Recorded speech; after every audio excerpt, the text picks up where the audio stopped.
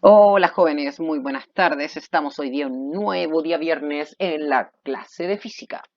Ya algunos lo he visto en las tutorías, así que me alegra mucho que estén participando activamente de lo que a nosotros nos compete, la educación. Así que, y es muy bueno que estén apoderándose de estos espacios y que estén participando y a la vez aprendiendo cosas que realmente yo les digo les van a servir el día de mañana.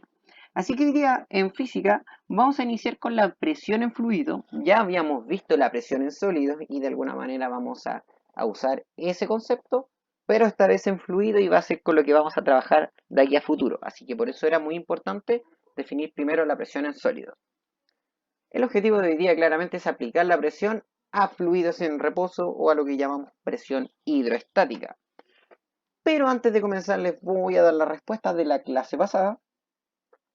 ¿Qué significaba que tuviera 100 pascales? Significaba que en cada metro cuadrado se iban a aplicar 100 newton. ¿Ya? La solución a la división que tenían que dar le iba a dar 70 newton metros cuadrados o 70 pascales si lo querían transformar. El último ejercicio que era ya de aplicación y que ustedes tenían ahí que indagar, si un PSI eran 6.900 pascales, por lo tanto 30 PSI iba a ser 30 veces ese valor, es decir, 200.000 pascales. ¿Qué quiere decir esto? Recordemos la misma lógica. Esto quiere decir que en cada metro cuadrado del neumático se van a aplicar 207.000 newton de fuerza. ¿A usted le importaba cuánto medía el neumático? No, porque podría ser cualquiera, ¿cierto? Lo importante no era el neumático, lo importante es que usted iba a saber que en cualquier neumático que fuese, por cada metro cuadrado de superficie que tuviera, es decir, un metro por un metro, iba a aplicarse una fuerza de 207.000 newton, que equivale, jóvenes, imagínense lo fuerte, que equivale a casi 20.000 kilogramos, a 20 toneladas, ¿ya? Así que imagínense lo tremendo que es, ¿ya? Y por otra parte, tenemos que la clase de hoy día va a ser sin timbre en vista del trabajo que ya han realizado y además que muchos no me han entregado esto, ¿ya? Así que en vista de ustedes, me gustaría que lo hicieran a conciencia y ya tienen la respuesta, así que va a ser mucho mejor para contrastar finalmente su resultado y lo suban a la plataforma. Por eso esta clase no lleva timbre para que se pongan al día con las actividades que aún no entregan. Recuerden que tienen una nota por timbre, así que desperdiciar esa oportunidad sería, así que ustedes interpreten. Y finalmente, jóvenes, esta es la última clase que les voy a hacer yo. ¿Por qué? Porque desde la siguiente clase, la practicante o mejor dicho, la profesora en formación va a tomar las clases hasta fin de año. Ya. Así que espero que disfruten esta última clase que les hago yo. De todas maneras, siempre voy a estar viendo las publicaciones que hagan. Siempre voy a estar respondiendo dudas, así que no tengan problema. Y la profesora siempre vamos a estar trabajando en conjunto, así que yo no me desaparezco. Vamos a hablar de la densidad. ¿Qué es la densidad? Quizá usted se preguntará. Y quizá ya lo entienden bastante bien porque es una palabra que suele utilizarse cotidianamente. La densidad me va a decir cuánta masa, algunos dicen materia, pero lo mejor dicho es cuánta masa se va a encontrar en una unidad de volumen. Por ejemplo, tengo estos cuatro bloques de, una, de un material que usted no conoce. Quizá esto es esponja, esto es corcho, esto es madera y esto es fierro. Entonces yo le pregunto cuál de estos es más denso. Básicamente lo podemos concluir porque ¿quién tiene más materia en el mismo volumen?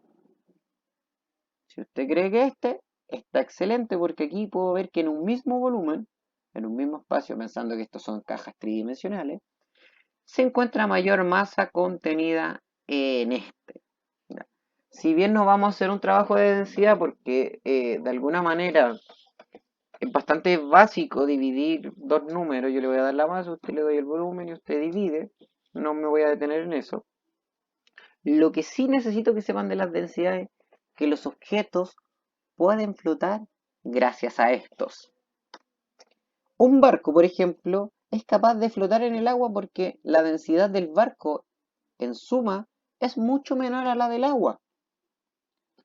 En un bote de madera sucede exactamente lo mismo. La densidad de la madera es mucho menor que en el agua, así que un barco de madera, un bote de madera va a flotar con mucha mayor facilidad. Y finalmente, usted pudiera hacer este experimento en su casa y usted junta diferentes líquidos. Por ejemplo, aquí hay aceite de la lámpara, aceites de quemar, el aceite que usa para cocinar, aquí el agua la tiñeron verde, jabón, leche, etcétera. Y fíjense que se ordenan automáticamente. Y fíjense que la miel va acá abajo. La miel es lo más denso, por eso, junto con el tornillo, fíjense que se van al fondo. La leche tiene una densidad muy mitad en comparación a la otra, fíjense que está al medio. El jabón flota sobre la leche, pero fíjense que aún así el agua flota sobre el jabón de lavavajillas, por lo tanto, el agua tiene una densidad mucho menor. Y así yo puedo ir viendo hacia arriba. Una pelota de ping-pong, fíjense que es nada densa porque igual está llena de aire casi. Flota respecto a todas estas cosas. Y si usted se mira, si usted ha cocinado, si usted ha acompañado, si ha ayudado a su mamá, usted se va a dar cuenta que cuando ella la echa a la olla, no sé, para hacer fideo, luego va a ver que está suspendido arriba del agua porque el aceite vegetal es menos denso. Aquí hay una tabla de densidades que me dice más o menos sus densidades en gramos centímetro cúbico. Por lo tanto, aquí yo puedo comparar al tiro. Por ejemplo, el alcohol tiene 0,81 y aquí el agua de mar aproximadamente es de 1,03. ¿Quién tiene menos densidad? Si usted dijo el alcohol, excelente. El alcohol sí va a flotar en el agua de mar, ya que es un poquito más densa que el agua que sacan de la llave. Pero, por ejemplo, un corcho, como el corcho que ustedes tienen de una cosa de vino, tiene 0,24. Si ustedes colocan un corcho de vino sobre el agua, fíjense, 0,24 en el agua, va a flotar definitivamente. Fíjense aquí que la gasolina también es menor al agua, va a flotar en ella. El hielo, es por eso que el hielo siempre se va arriba en la bebida que usted tome o el trago que usted tome. ¿Por qué?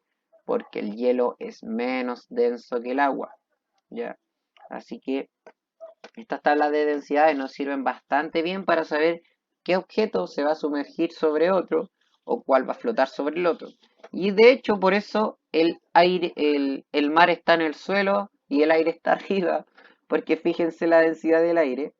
Si el aire fuera más denso que el aire estaría en el mar y el agua estaría en el cielo, ¿ya? Pero en vista de que no pasa eso, estamos todos bastante bien y nos podemos bañar en el mar, en el océano Pacífico, ¿cierto? Porque el aire, y de hecho por eso si usted bota burbujas debajo del agua, estas burbujas tienden a irse hacia arriba de inmediato, porque su densidad es muy pequeñita. Vamos a ver otro concepto importante en la clase de hoy.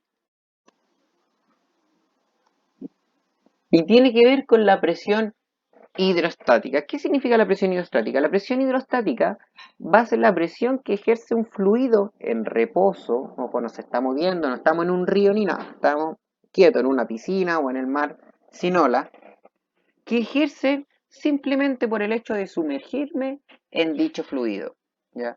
Para nadie es quizá loco pensar que uno siente mayor presión debajo del agua que arriba en la superficie. ¿Por qué? Porque ahora tengo agua sobre mí y esta agua pesa, ¿cierto?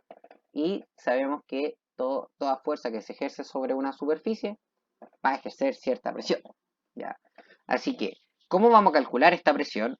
Va a depender de la densidad del fluido en el que esté sumergido. O sea, si yo me sumerjo en aceite, si usted se sumerge en gasolina o en agua, a la misma profundidad va a experimentar diferentes presiones. ¿Por qué? Porque depende del fluido en el que esté sumergido. G es un valor constante que va a depender de la aceleración de gravedad, que lo vamos a calcular como aproximadamente 10. Y H es la profundidad a la que me encuentre sumergido en dicho fluido. ¿Ya? Así que vamos a ver una de las aplicaciones de estar sumergido en un fluido. Recordemos que el, Los gases también son fluidos, ojo, no es solamente lo líquido, ¿ya? Y nosotros, por estar aquí en la Tierra, sabemos que estamos con una capa atmosférica arriba de nosotros, pero nunca nos habíamos preguntado cuál era la gracia de esto. Y la gracia de esto es que todos estos gases, al ser pesados, ejercen cierta presión sobre nosotros, ¿ya? Nosotros a nivel del mar aproximadamente tenemos una presión de 100.000 pascales, ¿ya? O sea, aproximadamente estamos recibiendo 100.000 newton por metro cuadrado. O, dicho de otra forma, estamos recibiendo casi 10 toneladas, 10 toneladas de pan por cada metro cuadrado que usted tenga en su cuerpo de superficie, ¿ya? Por lo cual es tremendamente grande y nuestro cuerpo es capaz de resistir dichas presiones. Ya, nuestro cuerpo de hecho puede aguantar presiones mucho más grandes que esas. Entonces, nosotros si estamos a nivel del mar, tenemos, fíjense, toda esa columna de aire sobre nosotros, pensando que ahí se está acabando el planeta. Pero si yo subo un cerro, voy a tener solo esa columna de aire. Entonces, si usted se pregunta, ¿dónde voy a tener más peso sobre mi cabeza? ¿Con ese gas o con todo este gas? Bueno, si usted cree que con todo este gas está en lo correcto, ¿por qué? Porque yo siento mayor presión a medida que estoy en una altura promedio al nivel del mar, y si subo unas montañas voy a sufrir ciertos problemas, que es por la pérdida de presión, ¿cierto? Se marea la gente cuando va subiendo, y sucede ¿por qué? Porque ahora la presión a la cual usted está acostumbrado, de 100.000 pascales, se reduce a 42.000 pascales. Aquí jóvenes puede ser 103.000, 101.000, aquí no es exacto, pero van a encontrar, me gusta a mí más aproximarlo a 100.000, ya, pero ese número puede cambiar un poco. Y en vez de estar trabajando en todo minuto con 100.000 pascales, mejor le dijeron, mejor digamos que 100.000 pascales equivalen a una atmósfera de presión, ya. Así que vamos a quizá a ver este número a continuación. Por ejemplo, un buzo se encuentra nadando a una profundidad de 20 metros en el mar. Si la densidad del agua es de 100.000 kilogramos partido metro cúbico, o por metro cúbico si lo quieren decir, ¿qué presión experimentará el buzo? Tenemos la profundidad, la densidad del fluido y este G siempre, siempre, siempre, siempre tiene el mismo valor. Ya, siempre, siempre, siempre, siempre. Entonces, recordemos la fórmula y reemplazamos los valores. No quise introducir todas las unidades de medida porque sentía que iba a enrevesar un poco el desarrollo, pero en definitiva, si todo está en metro y kilogramo y segundo, vamos a llegar al pascal sí o sí. 1000 por 10 por 20 me da 200.000 pascales. Y fíjense que 100.000 pascales equivalen a una atmósfera y tengo 200.000.